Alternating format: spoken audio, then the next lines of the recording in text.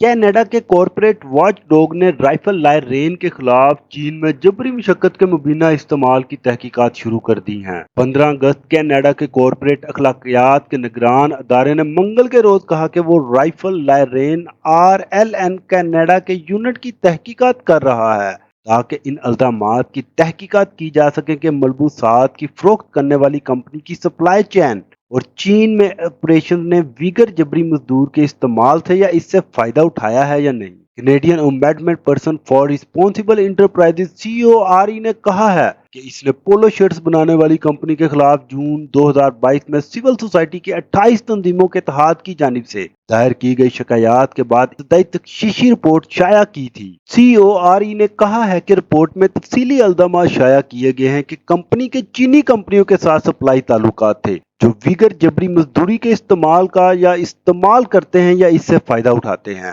Watch dog نے کہا کہ وہ کینیڈا میں واقع کان کنی اور جائیداد کی سرمایہ کاری فرم گوبی من کے خلاف بھی اس طرح کے الزامات کی تحقیقات کر رہے ہیں۔ رائفل لائرین اور گوبی من نے فوری طور پر رائٹر کی جانب سے تبصرہ کرنے کی درخواستوں کا جواب نہیں دیا۔ اس طرح کی تحقیقات CORE نے نائکی کینیڈین NKE میں شروع کی تھی۔ N اور خاندانی گولڈ DYG جولائی میں ان پر الزامات عائد کیے گئے تھے کہ ان کے پاس چین میں سپلائی چین یا آپریشنز ہیں جن کی نشاندہی ویگر جبری مزدوری کے استعمال یا اس سے فائدہ اٹھانے کے طور پر کی گئی ہے۔ گزشتہ چند سالوں میں امریکہ اور کینیڈا کی کئی بڑی ملٹی نیشنل کمپنیوں پر یہ الزام عائد کیا گیا ہے کہ وہ ویگروں کو براہ راست یا اپنی سپلائی چین میں استعمال کر رہی ہے۔ CORE بنیادی طور پر کینیڈین گورنمنٹس، کان کنی اور بیرون ملک کام کرنے والی تیل گیس کمپنیوں کی طرف سے انسانی حقوق کی خلاف ورزیوں کی نگرانی اور تحقیقات کرتا ہے۔ ہم آپ کے لیے اسی طرح کی انفارمیٹیو ویڈیو لے کر آتے ہیں، تو لہذا ساتھ جڑے رہنے کے لیے گلشن انٹرنیشنل نیوز اردو چینل کو سبسکرائب کرنا نہ بھولیں اور کمنٹس میں اپنے خیال کا اظہار ضرور کریں۔